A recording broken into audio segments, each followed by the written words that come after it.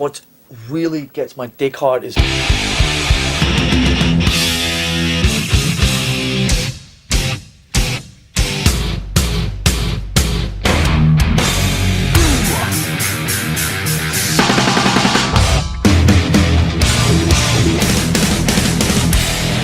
So fucking what? Can you hear your babies cry now?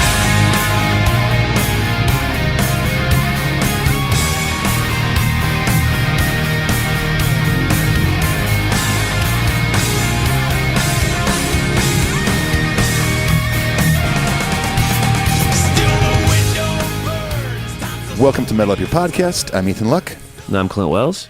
And this is episode number 43, where we're taking another trip back to visit our good friend, the Ripper, Mr. Kirk Hammett. Yeah, and this time I think we're going to be spending a little more time with, what's his horror alter ego? Kirk von Hammerschmidt? What is it? Kirk von Hammett? No. It's Kirk. Yeah, it's Kirk von Hammett. Yeah, I said Hammett Schmidt. Kirk von Hammerstein. But it's going to be similar to our James Part 2. If you go back and listen to our Kirk episode, which you should, it's a gem. It's a gem. It's like our number 5 top listened to episode or something. Yeah, like it's in our top 10 for sure. And we kind of covered the meat and potatoes. We talked a lot about, obviously, the music of Metallica and his contributions, his life growing up and his family. This is going to be sort of just touching on what we weren't able to really spend time on, which is mostly to do with like a lot of his obsession with horror movies and his collection of horror memorabilia. Yeah, comic books, things like that. Yeah, it's probably stuff that a lot of you have heard about, maybe you haven't heard about, but you know, I mean, all these dudes in this band deserve a part 2, and we'll get to all of them. And Yep. you know, it's just the extra bells and whistles about our good friend, Mr. Hammett. And I've even got ourselves a little trivia cooked up for old Ethan Luck a little later. Ooh. But first of all, let's knock this shit out of the way real quick. We're doing this really cool thing where if you leave us a positive review on iTunes, Ethan and I, thanks to the generous support of our patrons, have bought the new upcoming Master of Puppets Deluxe box set. Amazing. Which, if you don't know what that is, they've done it, one for Kill 'Em All, one for Ride the Lightning. They're these very cool detailed box sets. They come with 3 vinyl, 10 CDs, lithograph, cassette tape, a ton of like before released live shows. Sounds like a bummer. It's like a $200 value box set. We've bought one. And, I mean, Ethan and I don't even own one of these, by the way. No, So- it's expensive. So we don't even have one, but we got one through the show that we're going to give out. The way we're going to do it is if you've left us a review in the past, or if you leave us a review up and through the end of November, we're going to collect all those names. We're going to draw a name. We're going to give it to one of you listeners out there. Correct. So all you got to do is go leave that review. It's real simple. The patron thing, Ethan, tell them about the patrons. You do it. Man, I'd be glad to. Well, if you go to patreon.com/metalupyourpodcast, this is a way for you to financially back the show, support the show. There's cool incentives. We've talked numerous times about our upcoming covers EP, which is very close to being finished. And if you pledge $5 or more, you get access to that EP, and you can't get that anywhere else. And there's a ton of other cool things on different tiers that you can donate to. And it's just, you know, it's a good time over there on Patreon. So please go check it out at the very least. And this week we do have some new patrons, which we're ever so grateful for. This week our new patrons are Dylan Himes, Dan Murphy, and Eric Frazier. So thank you guys for donating to the show. We very much appreciate it. Yeah, I mean, that stuff, those folks over there, every cool like extra thing we're able to do with this podcast is really only because of those people. Very true. We were yes. able to make T-shirts, and we were able to make merch, and we were able to do this EP.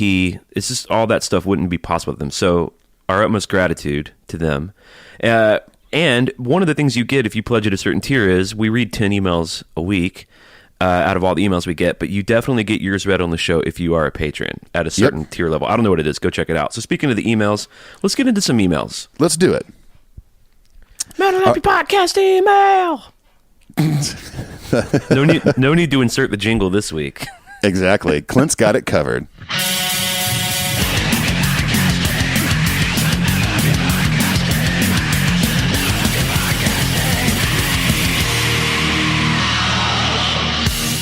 All right, you want to get us started? Yeah, I would love to, man.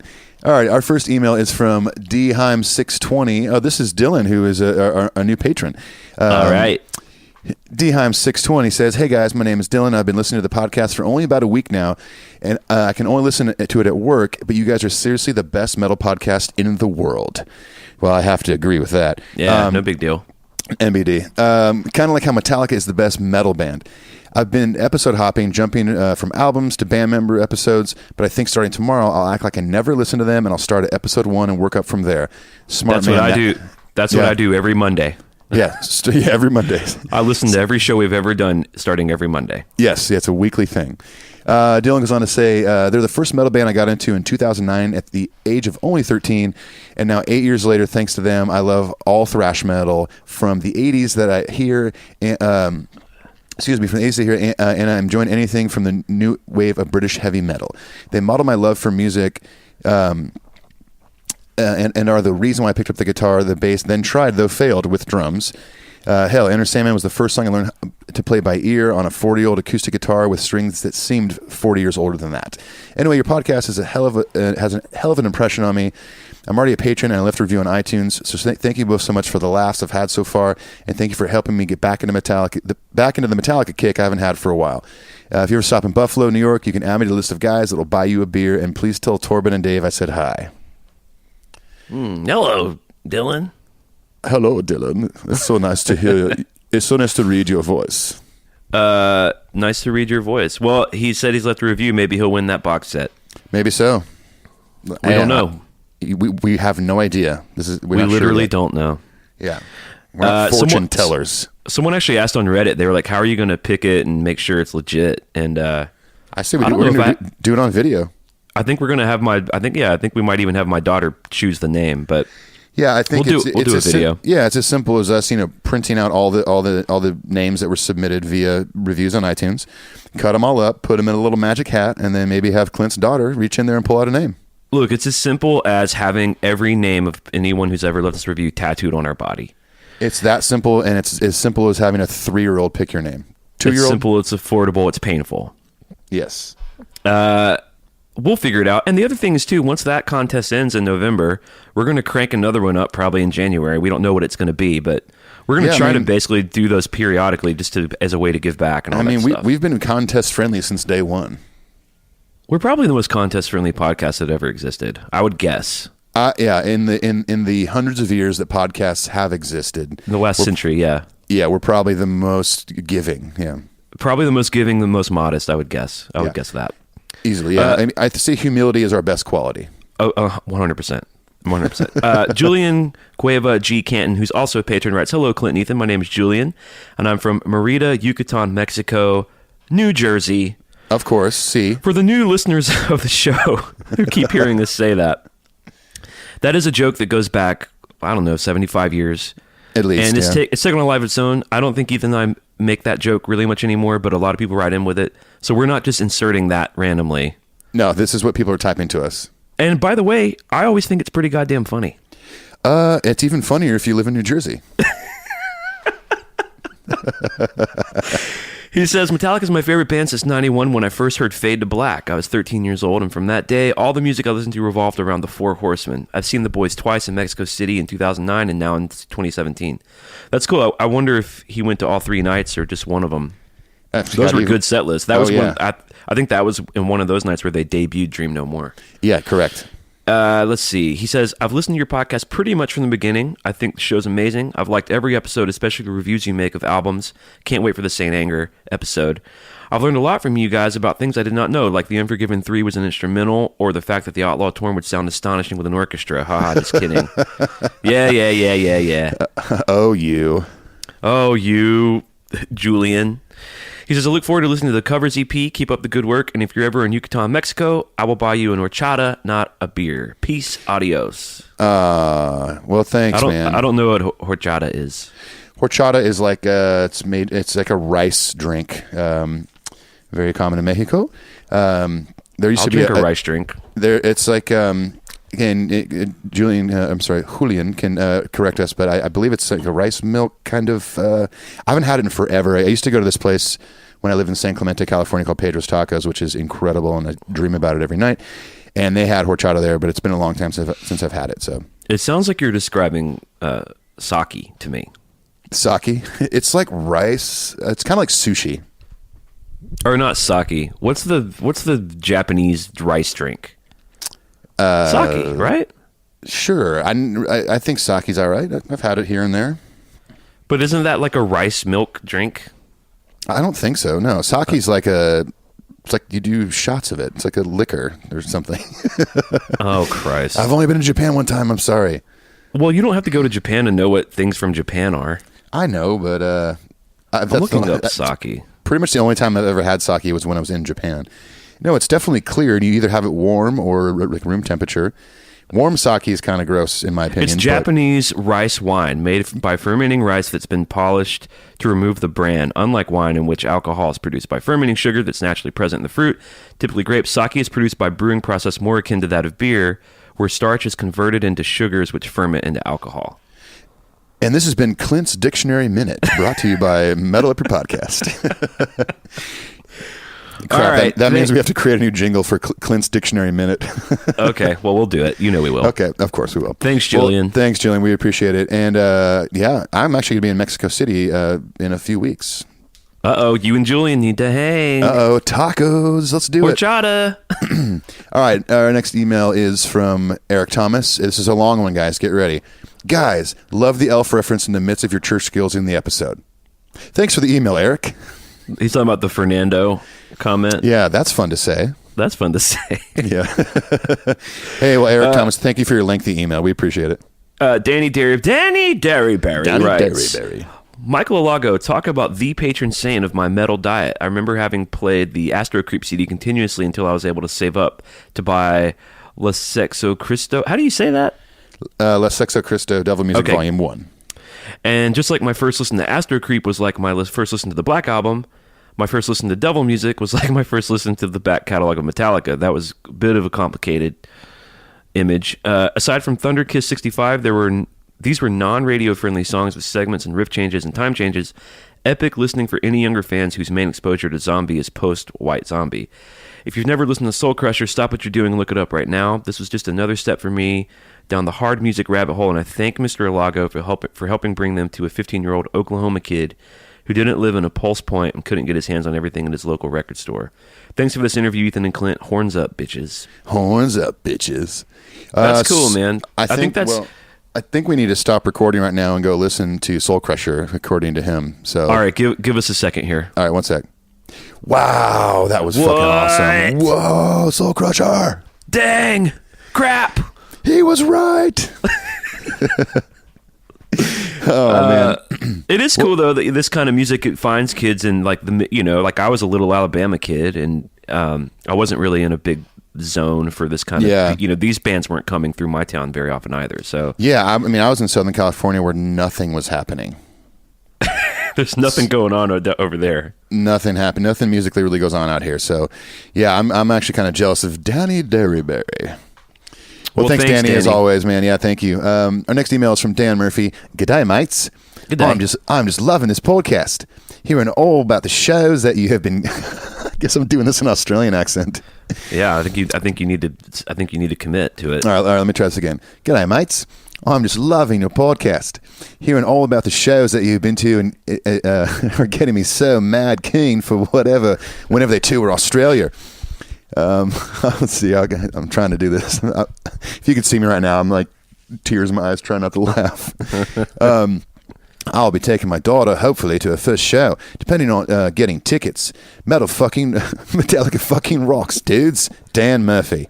P.S. I'll put another shrimp on the barbie. That's not a knife. Foster's Australian for P.P.S. Foster's Australian for beer. Sorry, Dan Murphy. We sound like a couple bogans over here. P.P.P.S. Crocodile Dundee. Clint just thought of the last thing Australian he could think of. Oh, you sound like a bloody didgeridoo. Oh my God, a didgeridoo? A hurdy-gurdy? Sound like a kookaburra. Hello, mate. He played the hurdy-gurdy on Low Man's Lyric.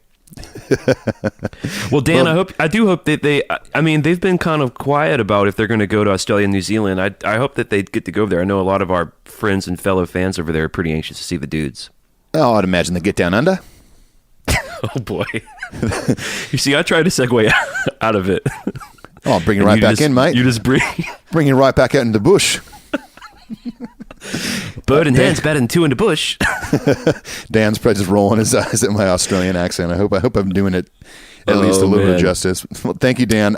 Listen, I saw them on Australia, and it was fucking great. And I'm sure they'll come back down to Australia. This is the worldwide tour, and you are part of the world. Well, you're way down there, but you're still part of it somehow. Yeah. All right, thanks, Dan. Luke Webster writes, "Hey, Clint and Ethan, just wanted to say how much I liked your previous episode with Michael Alago. It's always really interesting to hear from someone who's in the recording industry talk about any band, not just Metallica. Secondly, I thought you two would find this kind of thing funny. I auditioned for a band maybe a week ago. These people just told me they wanted to play hard rock, and I was like, all right. Turns out they meant like Black Veil Brides and Pierce the Veil, emo shit." Well, which I think that's correct. That's a correct pairing of words. I mean, kind of. I mean, I'm not a big fan of Black Veil Brides or Pierce the Veil. They're kind of glammy looking, like kind of like Motley Crue looking. I mean, there's metal in there for sure. Well, how many bands are they going to have with the word veil in it? I don't know. I have no idea. Black Veil Brides, Pierce the Veil, Veil the Bride, Hammer and Veil, Vail, Colorado. I don't know if I'd categorize them as emo. To me, it's kind of like that Motley Crue kind of look, and then there's some kind of techie metal in there, but it's not my thing. Both these bands were on Warped Tour when I did it, and I kind of walked by the stage like, oh, cool, I'm going to keep walking. That's just me though. Well, so he says that the audition, the pretense of the audition was a hard rock thing, and then when he got there, they were playing this. So he says, I told him, all right, I'm not into that, but let me warm up with something else and let me know if you like it. If not, I'll leave. I played the first minute of Creeping Death and converted 4 heathens. I have done my Metallica duty. Great Well, bravo, job. Luke. Yeah, bravo, Luke, for sure. spreading the good news of Metallica to the Black Veil Brides and Pierce the Veil fans. Yeah. He says, P.S., have you ever walked into an audition like that? I've only done 2 auditions here in Nashville. I got them both. They were both for country artists. And I got the first one because the artist's mother was there. And I was the only dude who came. I was the last guy of the day, and I was the only dude who talked to her mother. Oh, Clint. And therefore got the audition because I treated her mother like a human being and actually talked to her. That is just the most precious fact I've ever heard about you. My second audition, I walked in, and the artist sat on a couch and played on his phone the entire time I auditioned. Cool. And it was mortifying, and I had no idea if it was going well. And it was also a singing audition, so it was like a background vocal, guitar. Yeah. And we finished the first song, and he was just sitting on the couch playing on his phone. And I said, should we do that again or do the next one? And it was like 3 songs. Yeah. He was like, go ahead and play the next one. Play the next one. He just looked at his phone the whole time. I was like, this is like the worst thing I've ever done in my life. I know. And then at the end of it, I got the gig. Amazingly. Amazing. He was probably on his phone researching Metallica and checking out. He was just looking at pictures of Hetfield, just like, man, this guy's got the gig. I just want to make him sweat a little bit. I'm just going to, I just imagined him on his phone, like Googling like boobs. That's what I was thinking when I was doing the audition. He's like, boobies. Boobies and Coors Light. I've done a couple auditions in Nashville. I've done 2. I didn't get either of them. One was a couple years ago. There was this artist. What was his name? I'll think of it in a second. But he was basically like on not The Voice. He was on The X Factor. Remember that show? Oh Christ, yeah. Yeah, and he was like this country guy from Oklahoma, and a friend. I actually flew home because I was like so wanting to go play for somebody. This is when I started teching, and I just hated it. And I actually used miles and flew home. I literally flew in at like noon from LA, or like 2:00 or something, and then did the audition. It didn't go great. I played fine. It was for drums, and then I literally went home and then packed up my shit and flew back out to Las Vegas the same day, and I still didn't get it. And it's all for the good because that guy didn't end up doing anything anyways. And then I did another one that went well, and everything was cool, and everyone was sweet, and the artist was about 5 feet tall, and I'm 6'4", covered in tattoos, and I feel like that was probably the reason they didn't want me. They're like, we're afraid you're going to kill the artist. Yeah, if you trip and fall on her, everyone's out of a job. Auditions are really, really tough. My advice to you out there would be take any of them you can get and endure the nightmare that is the audition, because you never know who you're going to meet on those things. You might get the gig, you might not. They're good, teachable experiences for you personally. Yeah. I mean, would you agree with all that? Like, absolutely, man. Yeah, no, I mean, they're awful, but you got to do it. Yeah, you'll even, like Clint said, you'll meet other people there, and that could be a contact for a future audition or a future gig or whatever. That's right. Yeah. So I mean, keep doing it, and I don't think they might get a little easier, but you never know what to expect walking into those things. You might think, oh, I've done a few of these. I won't be nervous. Then you get in there and there's like either a crowd of people or a guy on his phone or like management staring at you or whatever. It's always nerve wracking, even if you're confident what you do. I would say just always do the homework and know your shit. But I can't imagine, I mean, even at the point that I'm at, I can't imagine walking into a room and not being nervous, because you're right. Like, there's usually management present. If the artist is there, it's almost even worse. Like, I'd rather the artist not even be there. But yeah, totally. Anyway. Honestly, I think I'll take a little chapter out of the book of Luke. Yes, that landed so perfectly. Nice. Let me take a little passage out of the book of Luke. Nice. Worst case scenario, just play Creeping Death. There you go.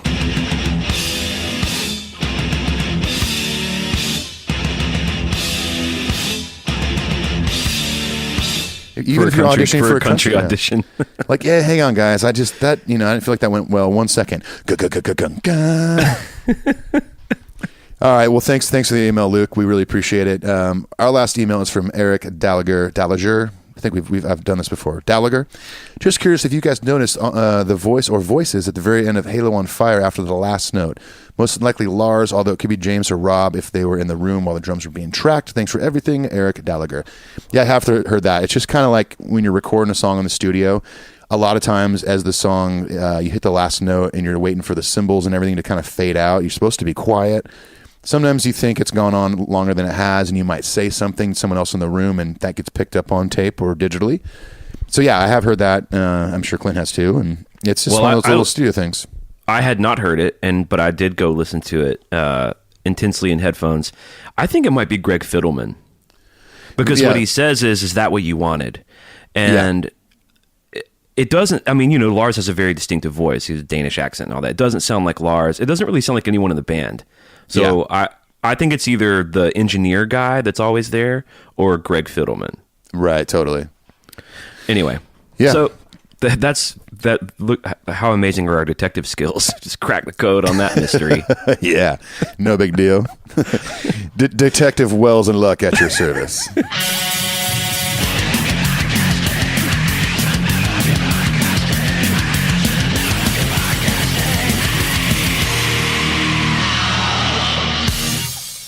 All right, let's do our part 2 on Kirk. Let's talk about the Ripper here. Let's do it. The Ripper, man. He's we love him, of course, as you heard in our previous Kirk episode. And just a couple little quick facts. I know we kind of touched on this, but Hammett, he's been married twice. He was divorced during the Black Album, but he's been remarried to his wife Lonnie since '98. They got 2 sons, Angel and Vincenzo. That's quite a name. I wonder what the background of naming his son Vincenzo is. It's like maybe a family name. I think it's probably Irish, movie? Scottish Irish. Yeah, New Jersey. Yeah, Scottish Irish, New Jersey. I do wonder if Vincenzo and Angel really is maybe he pulled that from his love of comic books. Maybe some character in a comic book he liked. I don't know. Yeah, well, they're both kind of Latin names. I don't know. Yeah, I'll have to ask him later when we're hanging out. Yeah, totally. Yeah, we're supposed to FaceTime sometime tonight. So one of the things we didn't really get to dive into that personally I'm pretty excited about is sort of Kirk's sort of horror movie stuff. He's way into it, man. He's real into it, and he has like a really sort of prestigious collection. I think he started. Well, he talks about he sort of got into it when he was 6 years old. Yeah, and he's said he's never really stopped, and then sort of being in the band he's been in since 1982, he's sort of had the financial luxury of being able to indulge this obsession. Yeah, exactly. And he talks about how when he first started getting into collecting posters, because he has a bunch of really rare posters that it wasn't really like a hot thing yet, and that he kind of was ahead of the curve on it.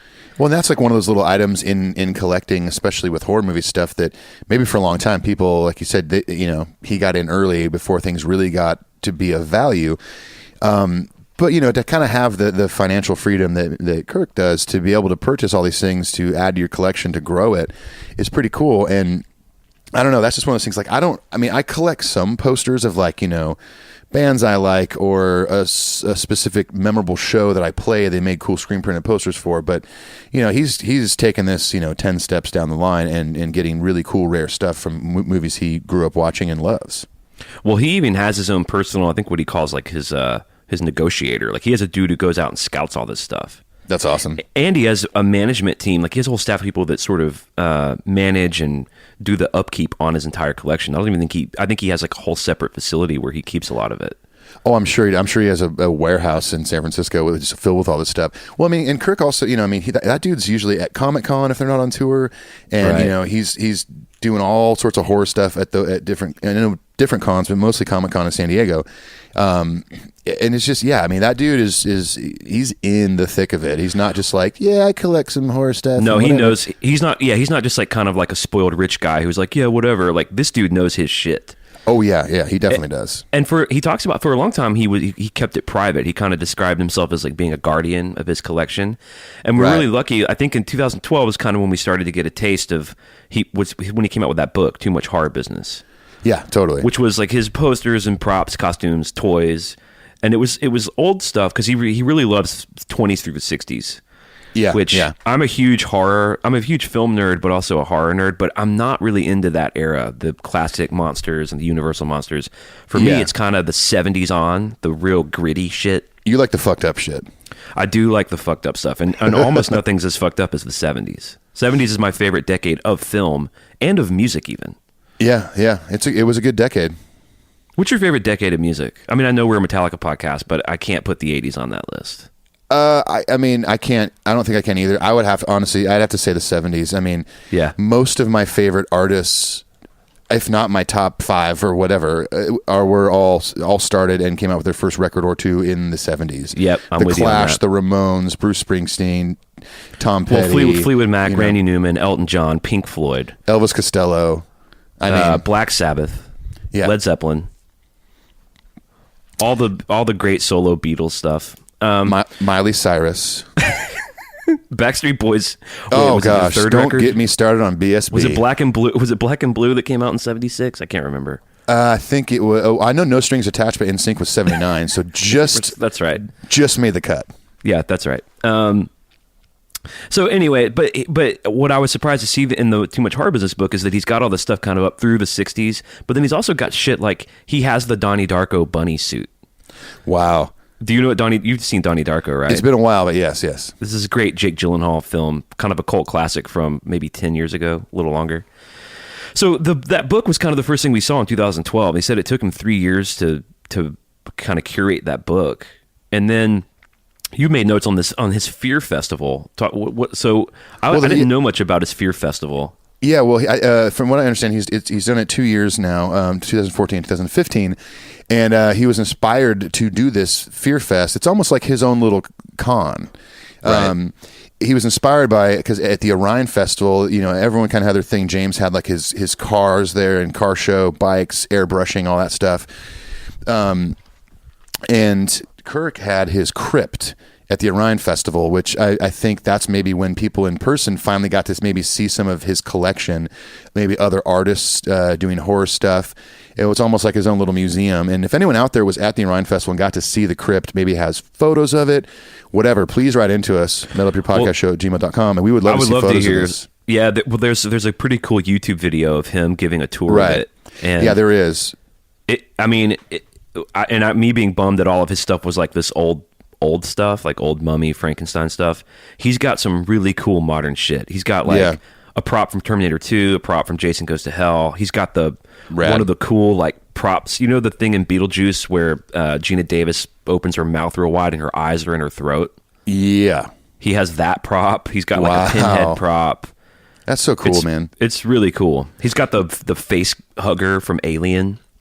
Jeez, it's no He's got joke, man. It's no joke. And you know what I noticed about this, kind of watching all his horror stuff, because we're going to get into also his exhibit at the Peabody Essex Museum, and there's a cool like 30-minute.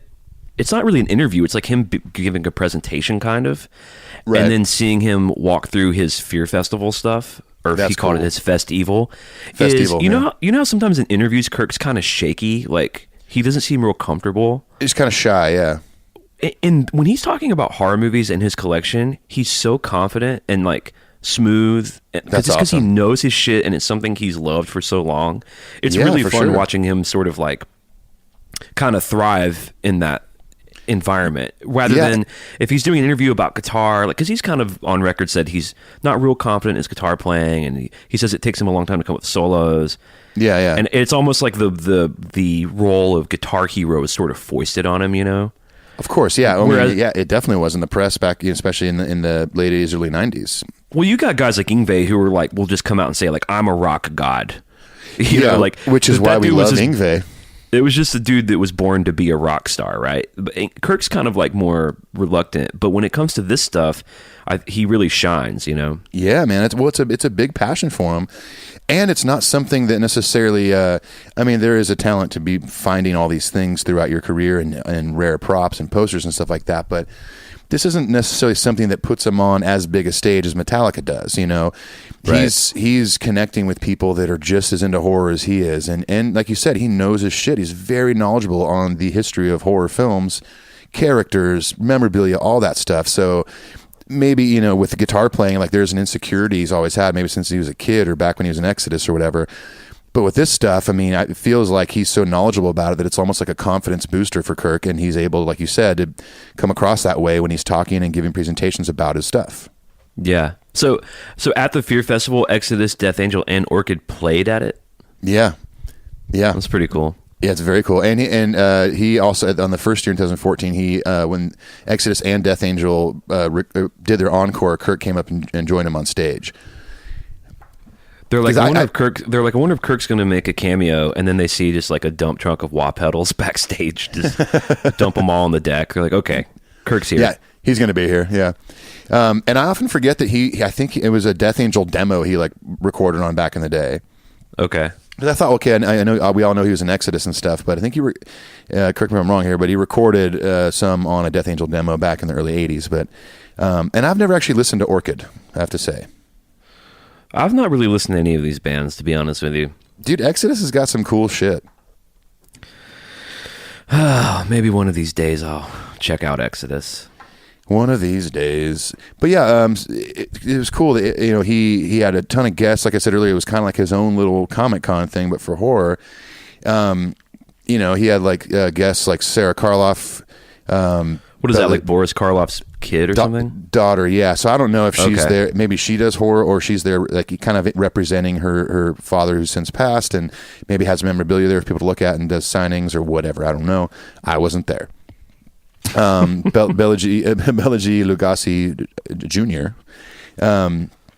Greg Nicotero, which I thought was awesome. If anybody watches Walking Dead, he's like the main makeup artist for Walking Dead, and I believe one of the, not executive producers, he directs certain episodes too. And that dude is a cool. badass with horror movie stuff. If you look him up, you can see all the shit he's done. Like his makeup work is insane. Well, you mentioned Bela Lugosi Jr. and so Kirk has several outfits that these famous people wore in some of these films. Yeah. And I believe it's White Zombie where he has the outfit that Bela Lugosi wore. And so instead of just putting it on a model, he actually had a model maker make like a Bela Lugosi. And dude used Bela Lugosi Jr.'s actual hands because he knows that guy, and actually used his own son's hands to model his hands. Very cool. That is so cool. And Kane Hodder they also had the dude who played Jason, Friday the 13th. Yeah, He's in those Kane Hodder was he was his first Jason role was Freddy vs. Jason, right? Or was it before that? Yeah, no, I think it was before that. I think it may have been Jason Takes Manhattan, which was the 8th one. He Which kind of one is overtook so it from the awesome. original guy. Yeah. But, Kane Hodder he's in these new Hatchet movies. Like there's like 5 of them now. Have you ever seen those Hatchet? I haven't seen those. So, He's like an island guy. I know you're like into like the fucked up horror movie stuff. I'd probably lean towards Kirk, where I do like some 70s stuff, like Dawn of the Dead is one of my favorite horror movies, of course. And I like that old classic stuff. Some of the like slasher shit in the last like 15 or so years, for me, it just gets so fucked up where I'm just like, God, I don't feel good now. Yeah, you know I'm currently doing like every October you do the 31 Days of Horror where you watch a horror movie every night. And I'm 34 now. I got a little girl. Like I definitely have a little bit less stomach for it. Like I've been getting kind of bummed out because I watched like 7 or 8 in a row. Yeah, totally. I mean, I couldn't, I didn't get into like the Saw movies and shit like that. I just, First Saw's pretty good. And trivia, first date, and it wasn't even really a date. First movie I ever went to and saw with my wife, which was like 12 years ago when we were just friends. Wow, crazy. We just went as friends, and but I liked her, but we weren't dating, and I tried to pretend to not be scared, even though I was terrified. Like, hey, girl, you want to go see some fucked up shit on screen? Yeah, like so I can pretend to be a hero. Yeah. One of my favorites, we've talked about this when you interviewed me on the Pirate Satellite, is Heather Langenkamp was there at the Fear Festival, and she's played Nancy in parts 1 and 3 and part 7 of the Nightmare on Elm Street series, and she's my all-time favorite final girl. Yeah.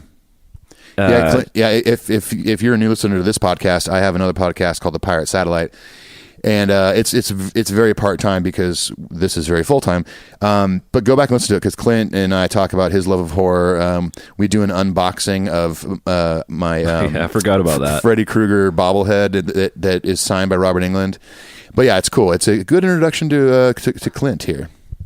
And you kind of hear a little Genesis nugget of what this show kind of became. Because that was pre us even, I think, having the idea, or it was like shortly after, we did that episode that we talked about doing this podcast. So right. Well, the chemistry was just palpable. Oh, it was undeniable, man. So after this, we need to talk about what he's kind of up to now. So to coincide with his new book called It's Alive, he's a curator at the Peabody Essex Museum in Salem, Massachusetts, is putting on, it's called It's Alive, Classic Horror and Sci-Fi Art from the Kirk Hammett Collection. Cool. Over 100 posters, 8 of his guitars, his guitars with horror film posters on them, and also the Ouija guitar, and toys, masks, sculptures. You can actually, if you live in the New England area, I don't know how long it's going on, but I think it's still going on. You can actually go see this thing. God, I would love to see that. You can also see they won't allow you to video it, but there's a YouTuber who took a bunch of pictures and then sort of made a montage. It's definitely more of his classic stuff. Like, I think his more valuable. Like, he has like the Frankenstein poster that there may only be one left, He has shit like that. Wow, that's crazy.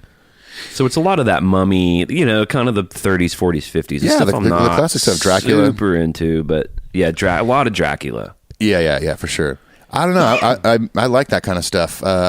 I've never I'm not like you, I've never really diving in deep to the horror movie genre, but I like that classic stuff. I like some 70s stuff. I definitely love Friday the 13th and Nightmare on Elm Street series just because that was that was my childhood growing up. Yeah. But yeah, I mean, it's something I say I would dabble in the horror movie genre. Do a little dabbling? I just do a dab, man. Speaking of dabbling, should we, I'm getting a little hungry here. Should we take a little break and head into the kitchen for a minute? I think we should, guys. We'll be right back. Here's a new segment that I like to call Recipes with the Outlaw Torben.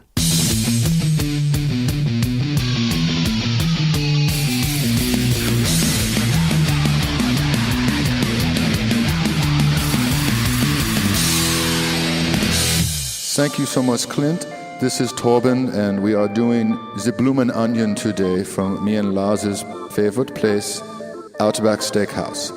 1/2 cup mayonnaise, 1 tablespoon ketchup, 2 tablespoon cream style horseradish sauce, 1/3 teaspoon paprika, 1/4 teaspoon salt, 1/8 teaspoon dried oregano, 1 pinch ground black pepper, of course, 1/3 teaspoon cayenne pepper, and for the bloomin' onion, 1 egg, 1 cup milk, 1 cup all-purpose flour, 1/2 teaspoon salt, 1/2 teaspoon cayenne pepper, 1 teaspoon paprika, 1/2 teaspoon ground black pepper, of course, 1/3 teaspoon dried oregano, 1/8 teaspoon dried thyme, or as Lars says, thyme, 1/8 teaspoon ground cumin, 1 large sweet onion, of course, and 3/4 cup vegetable oil for frying.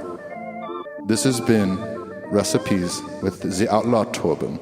Oh, Well- Torben, you shouldn't have. I All of us can't wait are to- just. Everyone's listening to this is going to run straight in the kitchen and make what Torben just described. And Oh, what he I just can't laid out wait for us. I can't wait to try it. It sounds great. Delicious. So do we want to? So we don't want to. We don't know Kirk Hammett personally and all that stuff. We talked briefly on our Hardwired episode about Kirk's sort of suspicious lack of involvement on Hardwired, and James sort of dubiously talking about whether or not he really did lose his phone. We had some facts kind of about his substance abuse, but he's kind of been open about it, right? Yeah, he has been open about it. I mean, he back in the 80s, he got on cocaine, and then Just like everyone in the 80s, like everyone by the did. way. Who didn't? I probably did it, and I was like 8 years old. Who knows? Yeah, for sure. But he ended up quitting because it made him feel depressed. It had a relapse during the load era. But one thing I thought was really cool, and and this goes with anything that could distract you from maybe not getting back on drugs, is that he spent a lot of money on comic books because he's quoted as saying that it's more enjoyable and a healthier alternative to drugs, which Right. I agree. But it's kind of cool. I mean, it's just he has that obsession, like we've been talking about this whole time, with horror movies, comics, and all this stuff. And it's like, maybe there was a point in his life where he was like, if he ever had that feeling like he wanted to get back into using, he would just go to the comic store and just let his brain focus on that and get some stuff and go home and read it and just, get through another day of not doing drugs. Right, and it could be argued that that's just another drug, but an addict's an for addict. sure it is, yeah. But it's definitely healthier, and I think it's good when people of influence are transparent about this stuff, because there are other people that maybe mythologize or idolize the rock star lifestyle, and I like it when people like Kirk say, well, I did the whole cliched drug thing, and it was really unhealthy for me. It hurt a lot of people, and now I just put all that energy into art, into comic books or jazz or blues or surfing or... Yeah. I think that's a positive. Recipes. It's a real message, and it's a positive message. I agree. Yeah, and I've got a lot of friends that are former addicts, but like you said, there's still that addictive behavior that is there. A mutual friend of ours, used to do a lot of shit, and he went through these phases of where I gained some weight, so my next addiction is counting calories. My next addiction is this kind of music, so I'm going to make that record. It's just Right. and Or I think, coffee or totally, man. Yeah, and I think it's like you and I are have an addiction to certain things. Like music to me is an addiction. Like I can't stop 100%. doing it. You know what I mean? 100%. Like, and that has bled into other parts of my life where I get a bit obsessive about things because of music, and I'm thankful for it. But yeah, so it's cool that Kirk can and wear his heart on his sleeve with his stuff and get into something that is more healthier and more enjoyable. And I think that it's a common thread with as rock stars get older, the ones who live and keep working, they tend to get sober. Like Right, You yeah, can't- You look at all the bands that are still kind of chugging away. And look at James, for example. It's like you have to kind of, the shit you do in your 20s and 30s, you got to kind of start letting go of some of that as you get older if you want to continue doing it. Yeah, absolutely. Because you definitely, you can have a lot of fun maybe with some of that stuff, but you can't endure a whole life and maintain like a family if you're living that way. The only person that could make it to 70 and do all that shit hard Lemmy. the whole time was Lemmy, who didn't have a family. Well, he technically he has a kid, but he wasn't like a wife and 3 kids and a white picket fence kind of dad. Right. His family was kind of his dark path in music. Yeah, and I don't want to ever do that. I would die way before that if I Well, did. he's an anomaly. Like the Keith Richards, the Lemmys. Yeah. They're these strange anomalies that are, and they're no, Lemmy is a legend, and what he did changed music forever and all that stuff. But his lifestyle, the older I get and the way I see that kind of lifestyle destroys people, I think it was pretty lame. Oh yeah, totally. I mean, you people like that, you want to kind of like throw on a pedestal and say, "Oh, he's so badass. He did all this way, till the day he died." The only thing that I thought, was badass about him is that it was his choice. He lived the way he wanted to until the day he died. I think that's cool. Do I agree with the way he did it? Definitely not. I'm not going to do that. But well, and it's definitely not his fault that people think it's cool and want to emulate it. Like, I don't think he was trying to do that, but no, not at all. Not at all. You know. Anyways, enough about Lemmy. This is about Kirk. Our Lemmy podcast is kicking off January 2018. Yes. I don't know if I could do another one. Manage 3 podcasts. One's enough. So Kirk has guest appeared on a ton of shit. We didn't get to mention any of this on our kind of part 1 of Kirk. So yeah, and a lot of this is stuff that, like, some stuff I knew, some stuff I've never even heard of, these artists that he's worked with and things like that. But it's all cool nonetheless. It shows that Kirk has been busy throughout his career outside of Metallica. It still makes me laugh when I see a long list of other appearances and stuff, and then you hear about James being pissed at Jason for Echo Brain.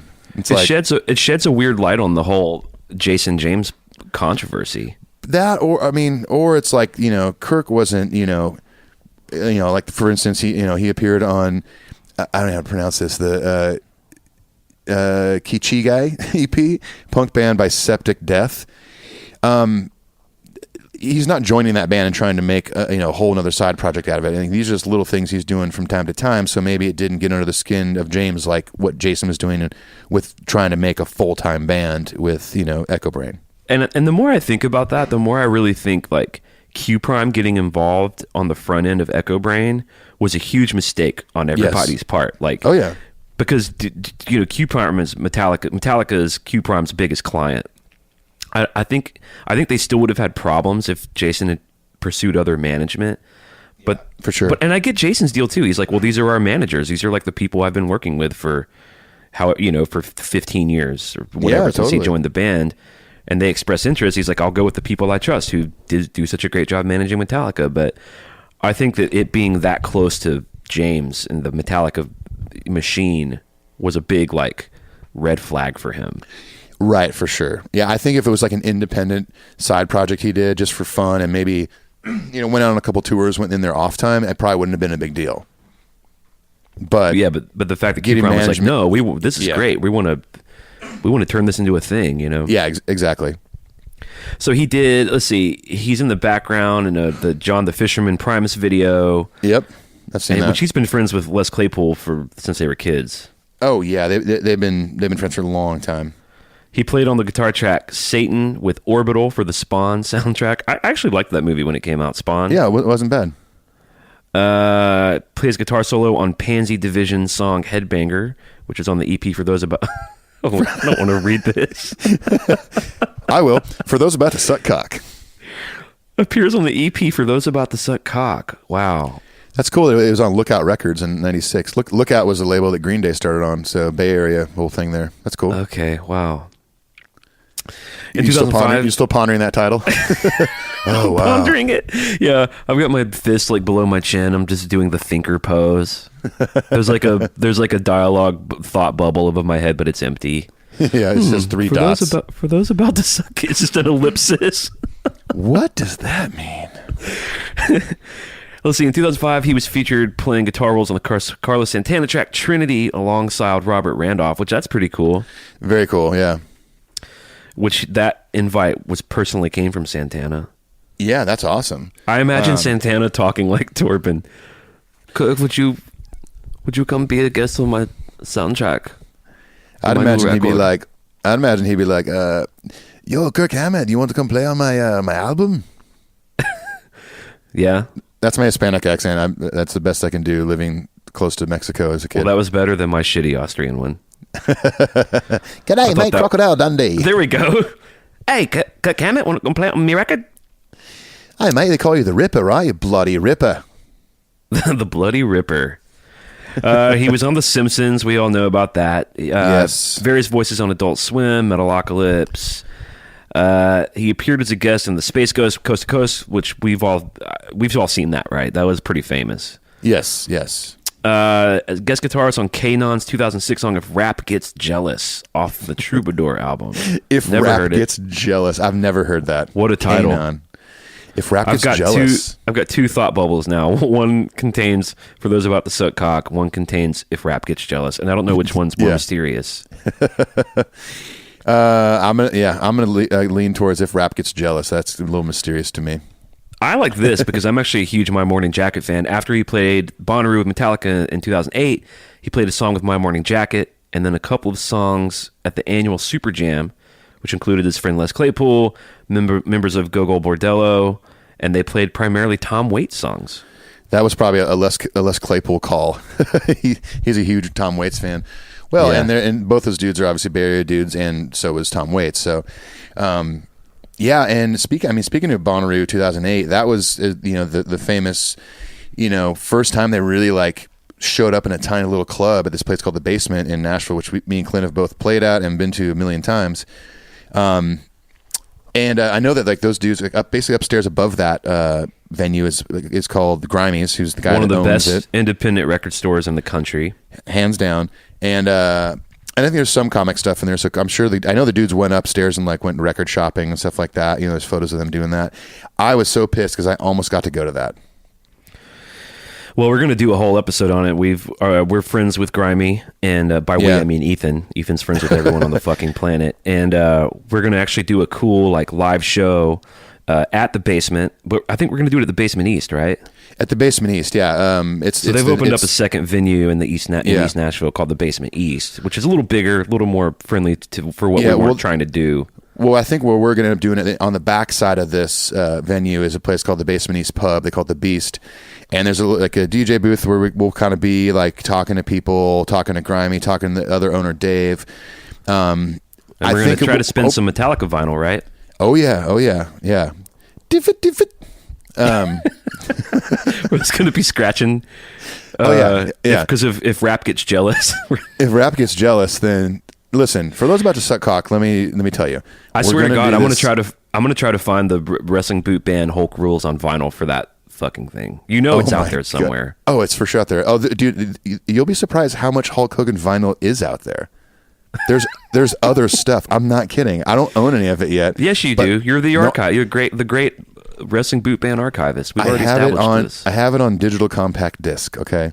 Okay. But anyways, speaking of that Basement thing we're gonna do, we've been talking about it for a while, and every time I go in there to have a couple of drinks, I talk to Dave, and he's like, let's do it. But with our schedules, it's been crazy. So I think sometime this late fall, early winter, when Clint and I are both home, we're going to make it happen. So we'll keep you posted about that if you're in the Nashville area. Yeah, if you live kind of in Middle Tennessee, you should all come to that. I know we've got several people that have expressed interest in coming. So yeah, for sure. Anyway, yeah. So very cool that all that tangent was basically based around this Bonnaroo fact about Hammett and doing these set with the My Morning Jacket dudes and stuff. Yeah, and then as you know, I think we briefly touched on Guitar Hero Metallica on one episode. Yeah, of course, he's one of the main characters in it because he's in fucking Metallica, and it's called Guitar Hero fucking Metallica. But yeah, it's cool when you play. I don't know if have you ever played Guitar Hero Metallica? No, I haven't. It's so fun. Is it? I got way into Guitar Hero on tour like years and years ago when it first came out, and I just got obsessed with it because I was like, this is nothing like guitar, but it's so fun. And the only reason I still own my PS2, that's the furthest I went with gaming, is because of Guitar Hero Metallica. And my wife, bless her, one year for my birthday bought me a Guitar Hero controller that is an Explorer. Yeah, that's great. I would get the whole thing just for that and then never play it. Yeah, just to have it. Just to have it, yeah. Put it on the fucking wall. Oh, yeah, totally. I have not bought a game system. Honestly, I'm 34. I don't think I've bought a game system since I was like 15. Really? I mean, I don't have any judgment for it at all. It's never occurred to me. Yeah. Yeah, like I said, I stopped at PlayStation 2. Which, how long ago was that? Was that like 10 years ago or something? It was like 15 years ago that came in. I mean, I bought my PS2, I would say in 2003, no, let's see, 2001 or 2. Yeah, and that's kind of where I stopped. Like I think I got to a point where I was like, you know what, I'm spending so much time doing this shit, and I could be making music and being more creative with my time for what was suiting my life. So, but I still enjoy video games. I still, I've got an emulator on my computer with like a bunch of Nintendo games, so I can play Super Mario Brothers in hotel rooms and shit. Yeah, like anytime I see that stuff, like I saw like a little handheld thing where you can just play all the Zelda games. Like right. I'm into that. Yeah, totally. But it's all pure nostalgia. Yes, of course. Yeah, which is why I love playing like Street Fighter 2 and shit on my computer, and it makes me feel like I'm at 7-Eleven in Orange County, California, drinking a Slurpee, playing. Street Fighter. Just at the 7-Eleven, man. Bro, I just fucking hit the waves down at fucking. Yeah, Caught a 10-footer. Dinner point, man. And fucking ate a breakfast burrito. Went and played Street Fighter 2. Fucking A, man. Did you know that Kirk Hammett makes really expensive guitar straps? He does. They started at $195. Oh, that's it. So wait, hang on. So they're more expensive than the Master of Puppets box set. Yes. Yeah. Maybe we'll give away a free Kirk Hammett guitar strap one of these days. I don't know if I want to do that. I know. It's just so. And of course, like any sort of high-end boutique-y thing, they make it sound, our straps are made from full-grain hides, a natural material in which slight grain variations and scratches are inherent. That sounds like they're saying, hey, this strap's going to be kind of fucked up, and I know that you're going to be bummed you spent a lot of money for a fucked up strap. We're just letting you know that that's how it works. Yeah, I'm just giving you this. These are signs that the hides were not altered in any way. In fact, they highlight the caliber of a leather unmasked by sanding, varnishing, and waxes. The beauty of a natural material such as leather is that it will change slightly in character with use. This is what makes our straps unique and personalized. $195, Kirk. Well, they're not vegan. Well, animals hurt in the making of the Kirk Hammett guitar strap because, You know what? Vegan Ethan needs to read this. our straps are made from full-grain hides, natural materials, in which slight grain variations and scratches are inherent. These are just signs that the hides were not altered in any way. In fact, they highlight the caliber of a leather unmasked by sanding, varnishing, and waxes. Thanks, Vegan Ethan, for that wrote description. Was that hard to read? Because there's so much death involved in making these straps. Well, it hurt my feelings to read it because I don't approve of any leather making in any way in which animals are hurt. Oh, man. Yeah, I don't think we're going to be giving away a guitar strap. Yeah. I mean, it's cool that I think he does this with his wife. I mean, it's cool that they're doing cool shit. There's a pretty cool picture of him on the website playing a white falcon. That's cool. I mean, I think it's great that he gets into things like this. He released a signature pedal, signature wah, this and that. Yeah, let's talk about his. He's got a line of signature pedals that are pretty cool, right? The Ghoul Screamer, which is kind of his Tube Screamer knockoff. Yeah, I've never actually tried it yet, but I've seen photos. It looks cool, but have you tried one? I have not tried one. Yeah, maybe we should. That would be a good giveaway. You know what? Well, the problem with giving that away as a giveaway is that if it lands on someone who doesn't play music. Yeah, but they're Metallica fans. They might just like it as something cool to put on the shelf. Like, I got a Kirk Hammett signature pedal. Dude, he's got a lot of pedals. So check this out. He's got his number one, which is a tube-like overdriven amp on your pedal board. Number two, much more than a precision clean boost. Then he has a Ghoul Screamer, which he describes as a Swiss Army knife of overdrives. Ooh. A Scuzz box, a germanium voiced fuzz with a gnarly 8-bit twist, which is cool. The Fuzz Factory does that great 8-bit thing. Yeah. Dark Blood, evil distortion for gain freaks, and the Abyss, a game-changing bass overdrive. Ooh. So the Ghoul Screamer and the Dark Blood are kind of the Kirk Hammett signature ones, but this KHDK company is who makes all these. Oh, so it's not Dunlop. I don't believe it is Dunlop. It's called KHDK Electronics. Kirk Hammett, Doreen Kern. I think Dunlop is who does his they do the wah pedals. Yeah. But it looks like a lot of people play these pedals, not just the Kirk Hammett ones, but John Five plays them, Gary Holt, Paige Hamilton, Vernon cool. Reed, Tommy Kessler, some pretty cool players. Yeah, that's awesome. We should look into maybe giving one of those away as a giveaway. Yeah, totally. Well, and here's the thing: in the future, folks, we don't, our contests aren't always going to be limited to just iTunes reviews. That's correct. Because once we hit 15,000 iTunes reviews, we might have to stop with that shit. But yeah, we don't think want about to be too popular. Yeah, exactly. We don't want to be the top dog. Yes, we do. But no, it'd be fun in the future. Clint and I'll brainstorm, think of something, other kind of fun contests we can do, give away stuff like this, and we're always open to suggestions too. We are always like a lovely book open to suggestions. Yes. You ready to wrap this up with some Kirk Hammett trivia? I think I am.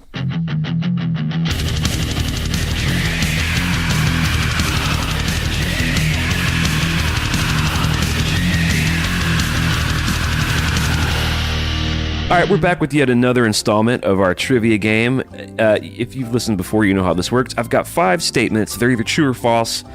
And we will see now if Mr. Ethan Luck knows his Kirk Hammett. Ethan, are you ready? Nope. No? But let's do it. Okay, great. I need some. So- I might need some help. Paul? And don't you dare Google these, because we're doing this remotely. I'm at HQ2 and Ethan's in California. So I'm in don't the you West. fucking dare. I'm not Googling a thing. All right. Number 1, true or false? Kirk Hammett took guitar lessons from Steve Vai in the 80s. False. You are correct. That is a false statement. He took lessons Joe from Satriani. who? There you go. Joe Satriani, the Satch. The Satch Boogie. I used to Surfing with learn the that. Alien. Surfing with the Alien, dude. That was a good record. Summer song? Back then, the only like guitar shreddy albums I ever owned, and it was a very brief period, was Surfing with the Alien and then Steve Vai, Passion and Warfare. Oh my God, Passion and Warfare was a big record for me. I kind of want to re-listen to it because I guarantee it doesn't hold up. Oh, I've listened to it recently, and it does. Erotic Nightmares, It great. does? For the Okay. Love of God, great. Blue Powder, great. The Audience is Listening, great. Did you ever get in a cacophony? It was Just Marty. just in general, or just in general. just general cacophony In your daily life. every day. Yeah, no, it's Marty Freeman and Jason Becker, and it's like the rippiest, fastest shit. You know that, or what was Paul Gilbert's Racer X? Racer X, yeah. I There mean, was a lot of that shit back then. as a young burgeoning guitar player, I got into all those guys. My favorite was always Steve Vai because he was so far out. Like I love, Yeah. like he has a record called Fire Garden, which half of it he sings. Like they're like songs he Oh. sings. I'm even into that. Really? Okay. Anyway, okay, back to Kirk Hammett trivia here. Number 2, Kirk has his kids' names tattooed on his stomach. True or false? False. They're tattooed somewhere else on his body. Ooh, I don't know how to... It is false. I don't know if he has his kids' names tattooed on his body, but that tattoo on his stomach is where he was born. Yeah. Yeah, it's kind of like his fucking cholo tattoo on his stomach. It's bitchin'. Yeah. All right, so I guess you do win Oh wait, that one. so does this stomach tattoo say America? No, it's like the city or something. I know. America. USA? United States. I want that tattooed across my stomach. Somebody has that. Oh, many people from Alabama probably have that. Yeah. And they're probably all my relatives. Number 3, one of Kirk Hammett's all-time favorite solos that he has played is Hero of the Day. True. That is true. He's quoted as saying every time he hears it, he thinks, "Damn, that's awesome." Damn, that's awesome. Well, Papa, is that you? Sometimes when I'm thinking about what the best Kirk Hammett solo might be, I think about, though, well, could it be Ride the Lightning? Could it be Injustice for All? Could it be Dyer's Eve? Could it be Disposable Heroes? And sometimes you gotta go with the dark horse, and sometimes that dark horse gonna be Hero of the Day from the Load record in 1996 now. Well, Papa, thank you for that. And a lot of people prefer the performance when he did it on the S&M, which stands for Symphony and Metallica. I don't watch a lot of S&M otherwise. I just stay away from that, okay? That's of the devil. It's of a certain caliber that I don't like to mess with now, okay? Now, what you do behind closed doors and you have to do with your own home is fine with me, but I prefer to just listen to the music, Ethan. Well, Papa, thank you for that insight. We myself and the listeners really appreciate that. okay, number 4, which I think you've gotten all these. Yeah, Yep. you're 3 for 3. Number 4, Kirk Hammett's all-time favorite band is Led Zeppelin. I should know this. True. Ooh, false. All-time False. favorite band, UFO. UFO, damn it, I should have known that. That's right. Damn it, such an idiot. Don't be too hard on yourself, bro. Stupid. God, I hate myself. I hate Kirk Hammett. I'm going to delete this episode right away. I hate UFO. God damn it. All right, 3 for 4. Let's see if you can maintain a what is it, a B average here. Number Yeah. 5, the last trivia question. True or false? Kirk Hammett's most famous contribution, Inner Sandman, the riff, was inspired by Soundgarden. True. True. It was inspired by the Louder Than Love record that he was listening to. It was, at the time. Well, you got 4 out of 5, Ethan. That's pretty good. Hey, I think that's the best score I've gotten so far. I think the last 2 I did were 3 out of 5. Yeah, feeling good, feeling great, man. We'll make a legitimate Metallica fan out of you yet, my friend. I can't wait, man. First of all, I'd just like to thank Clint for doing this podcast with me. I'd like to thank my dad for getting me into music, which led me to Metallica. Yeah. And most of all, it's to you, the fans. I wouldn't be here without you. That's all I got. That was really beautiful.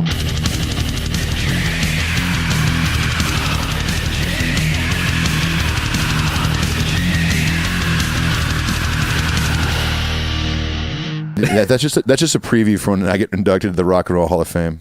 Yeah. Next month.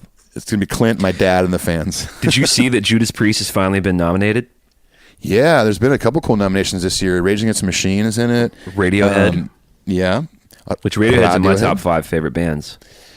Yeah. And unless you think Radiohead is not a fucking rock band, you need to go listen to a little record called The Bends. The Bends is fucking awesome. I'm not a huge Radiohead fan. And you'll hate me for this. I think a lot of some of their stuff is overrated, and I think Tom York could fart in a fucking pint glass and call it an album. People would lose their shit over it. That's just my opinion. Boo. I know those are fighting words. Boo. But the Bends, Pablo Honey, OK Computer, there's a lot of good shit in there. Yeah, and I get it. It got real arty, and I would even use the word maybe even pretentious there after OK Computer. Yeah. But the reason I highlight the Bends is that it's from 1994, and it's just a straight up fucking rock and roll record. Absolutely, it is. And so is Pablo Honey, really. But yeah. But I would recommend if you're going to check one out, check out the Bends. Definitely. But finally, for Judas Priest, I mean, watching the Metallica induction in the Rock and Roll Hall of Fame, that James takes the moment to mention several bands that he thinks should be in, which I thought was really cool. It was all their influences, and it's cool that like a lot of people he mentioned now are. Yeah, Rush. It looks like we're going to get Judas Priest. We got Kiss. I think he mentions Deep Purple. I wonder if like James and Lars will induct them if they actually get the nomination. Ooh, that would be cool. Well, didn't they already do Sabbath? I believe, was it Sabbath? I think they did Sabbath, because remember we met that guy in Detroit who went to the induction. Oh, that's right. Yeah. I mean, it does shit that doesn't mean they can't do more, but I don't know else who might do it other than them.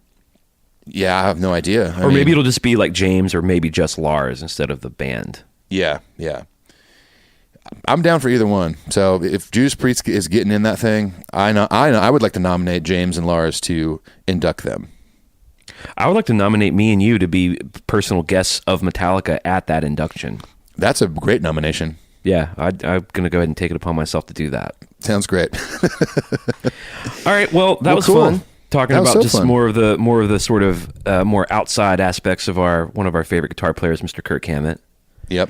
I mean, here's the deal. Let's wrap it up with a love letter. A lot is said about dear Kirk, dear diary. A lot said about Kirk, and there's a lot of people who think he's not as good a player anymore, or he was one of the weaker links, or there's a speculation about his involvement in the records and blah blah blah blah. Here's what I'll say about Kirk Hammett. I think he, for me, is as essential to Metallica as James and Lars. And I think anytime he's involved in writing, he elevates their music. Yes. And I think his guitar, in every area that really matters, composition, technical ability, songwriting, riff writing, and just like being a person that is inspiring to me and an interesting cat, he hits on every level for me. And I can't imagine Metallica without him. Same here. Yeah. I mean, I couldn't even, it's hard to even picture like another guitar player instead of Kirk. I mean, he's been there since the first record. Yeah, and everyone wants to be like, oh, Dave Mustaine was the original. Yeah, so we all know that. That's fine. But guess what? He's not there. Kirk's there. I can't picture Dave being in this band, dude. Like, I think Dave is more likable than I formerly thought. I watched a bunch of Dave Mustaine interviews the other day for some reason. Nice. And he's just kind of a grumpy dude.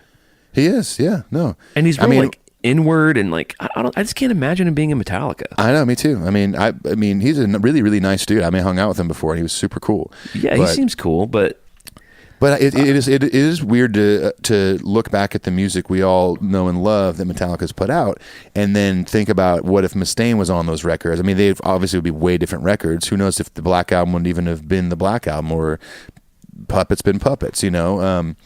But you know, you're exactly right. I mean, like, Kirk is as essential as those other two dudes that, you know, started this band. yeah. I back that 100%, you know. And you know what? If he's gotten older and his guitar skills aren't as great as they used to be, guess what? That's real life, you know. Yeah. But I mean, look back on this dude's career, and it's a jaw-dropping career. It's amazing. Well, and I feel like that applies to Lars too, in the sense of like people are like, oh, he butchered the Machine Gun double kick at one. I'm like, he fucking wrote it. Exactly. And he's the one who laid it down on the record. So he's in one take. So you know, he made it out of nothing. So if anyone has carte blanche to sloppy Joe it up, it's those cats. You know, I often do, because ever since we started this Metallica podcast, a lot of friends will either make comments to me or ask about it, whatever. But anybody that's ever like, dude, Lars fucking sucks, I hate Lars and blah blah blah, and like, what do you think? And I don't even respond. Just go listen to our Lars episode, and you'll know. Yeah. Like, we have a document now where we can just refer people to. Exactly. And the same goes for Kirk. You know, if someone's like, Kirk Hammett, blah blah blah. Hey, you know what? Go listen to this episode, and you'll know what we think. Yeah, and I think on our Kirk episode part 1, we even did like our top 5 Kirk solos. That was really fun to do. So totally. Go check that out if you haven't heard it. And let's just end by reiterating the contest we're doing. If you leave us a positive review, you're going to get a chance to win that Master of Puppets deluxe box set that comes out on November 11th. We're going to draw a name at the end of November. It'll be kind of a Christmassy type gift. Merry Christmas. Happy Hanukkah. I already know what I'm going to insert when we edit that episode, because it's Christmassy. I can't wait. I love Christmas. Okay, right on. It's my favorite. I'm not a big fan, but you'll have to have double the excitement to make up for me. Oh yeah. Oh, don't worry, I will. If you want to become a patron, go check that out. It's Patreon, patreon.com/MetalUpYourPodcast. There's all sorts of different tiers there. Go check them out. We got this EP that'll probably come out around the same time we give away this box set. And what else we got? You know, we do a bunch of cool stuff on Instagram and Twitter like every day. Yeah. So if you're not following us there, you're missing out on some fun stuff. Yeah.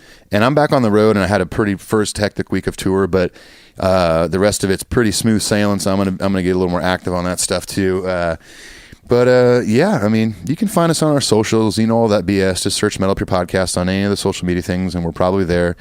Yeah, man, that's all I got. You want to reach out to us, metalupyourpodcastshow@gmail.com. It's the easiest way to get a hold of us. And I think that's about it, Clint. All right. Well, thank you to everyone for listening. We really appreciate it. Of course. And we'll see you guys next week. All right? All right. Peace. Adios. If